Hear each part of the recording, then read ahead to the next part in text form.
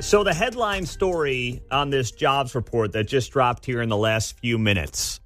February, you saw 151,000 jobs added in the month of February. That is below the estimates of 170,000. That was the consensus forecast from the Dow Jones. But the markets are reacting positively to this. Why is that happening? Well, the first reason it's happening is because the markets have become like a teenage girl. They overreact to every little thing. They are convinced the sky is falling. Tariffs are going to destroy everything. Trump's, cutting all these federal jobs potentially. What's going to happen? Because they realize that they have been living high on the hog, and it's largely been driven by government spending, and it can't last forever. And by the way, it shouldn't last forever. So the markets have been on this roller coaster, very jittery, and it's all largely motivated by fear. If the people who are, the big players in the market stop watching some legacy media outlets, they'll be much better off, and they'll have a little more of a clear head as they make some of these decisions. But also what's going on is, listen, I think a lot of people look at the markets the last few months and they say, this is overbought. It's got nothing to do with Trump or Biden or Harris or anybody. It's just overbought. So they've been taking some profits and, socking them away, loading up on some cash.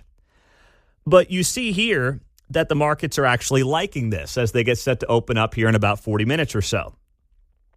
And I think that's largely because, the report wasn't all that far off from the expectations.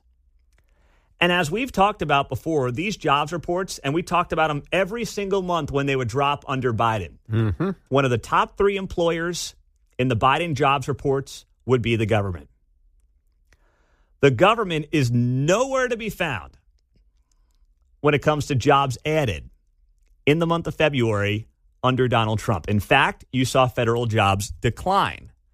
And the jobs report still came within striking distance of the expectations of 170,000.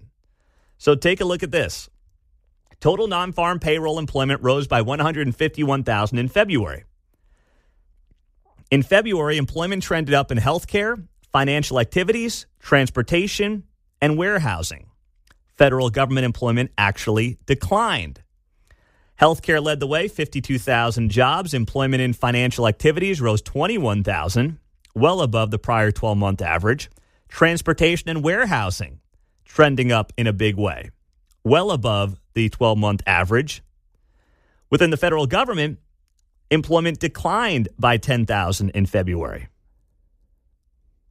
So federal government employment was down 10,000. For the last several years, you've seen the federal government increase its payrolls, increase its jobs numbers. And that made these monthly numbers look better than they were because the public sector adding jobs is meaningless without a robust private sector. Because who funds the public sector? The private sector. You can't have a strong public sector without a robust private sector. You just can't do it. It's impossible. The government doesn't actually create anything without private dollars. So these are the trends that we're going to see. And I know some of you are going to say that I'm just simping and it's just, about partisan politics here, but it's really, it's not intended to be that way. That's not what I'm going for here.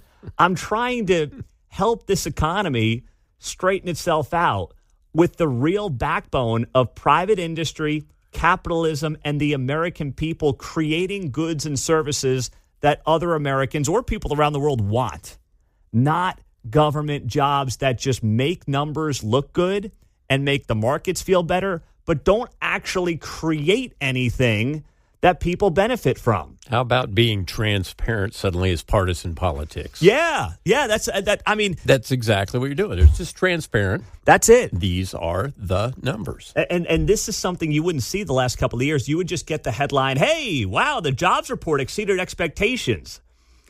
Next month, we'll reduce it a little bit. And then they would also, of course, reduce the numbers as well. And they would reduce them in the private sector, never the public sector, right? So that's what was going on. And we'd be sitting here talking about this, but the headlines would always win out.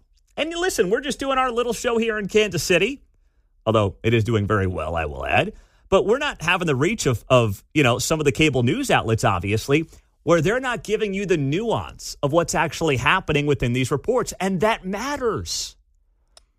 It matters what's going on inside of these reports. So you've got federal government employment declining in February by 10,000, and that number is only going to increase most likely in the months ahead. And if you're coming within striking distance while federal employment goes down, that means you're getting a more robust private sector that will pay dividends not just over the short term, but absolutely over the long term. Think back to a year ago at this time, February of 2024. The federal government that month added 71,000 jobs. This month, it reduced by 10,000. That's an 80,000 job swing from last February to this February.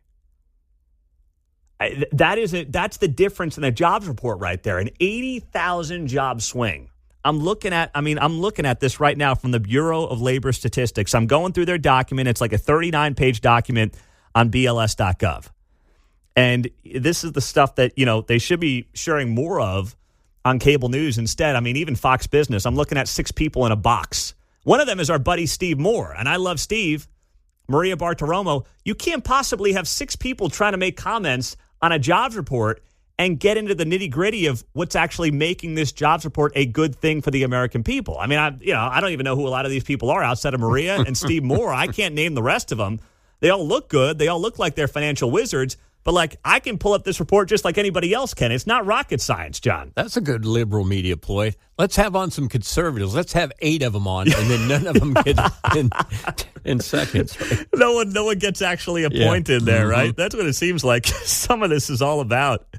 But my gosh, I'm looking at this as a positive this morning, and it's not because I'm trying to sell you on the partisanship of the moment. There is a massive reset that needs to happen in the jobs market. And this is just step one.